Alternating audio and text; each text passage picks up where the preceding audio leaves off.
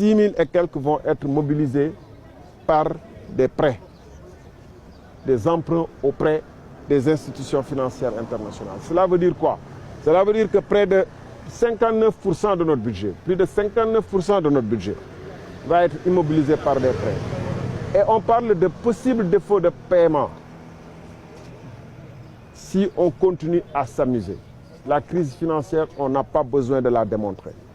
Rien qu'après les déclarations du Premier ministre Ousmane Sonko et la réaction du Président de la République, nous avons connu une baisse de notre notation et une augmentation de nos taux d'intérêt. Ça veut dire que ce qu'on avait même prévu dans la loi de finances d'emprunter pour payer les intérêts sur la dette va encore augmenter. Par leur simple faute.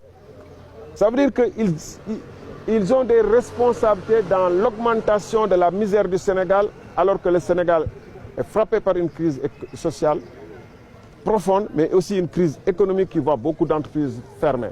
Ils n'ont pas le droit d'ajouter à la difficulté des Sénégalais. Ils n'ont pas le droit. Et c'est ce qu'ils sont en train de faire depuis des mois que dure leur guerre. On nous dit qu'il y aurait eu un dégel. Il n'y aurait jamais dû y avoir gel avant de parler de gel.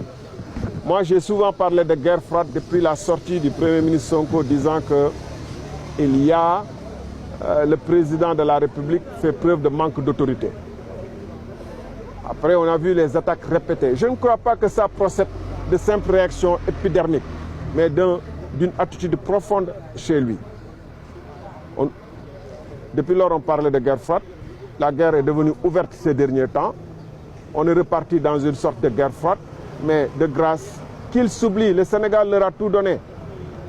Peut-être c'est parce qu'ils n'ont pas faim, ils n'ont pas de problèmes d'éclairage, de se soigner, de faire du sport, qu'ils oublient qu'au moins 30% des Sénégalais sont confrontés à des risques de famine. Que beaucoup de Sénégalais ne mangent qu'un repas par jour. Que beaucoup cherchent le diable pour lui tirer la queue.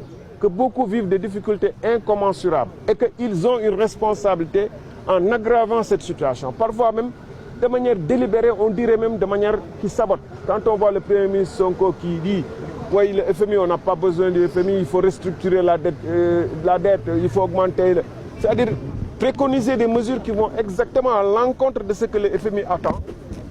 Mais c'est comme s'il cherche à rendre encore plus difficile la situation du Sénégal et à rendre plus difficile de trouver des accords avec le FMI. Juste pour demain mettre ça sur le compte du président Diomaye.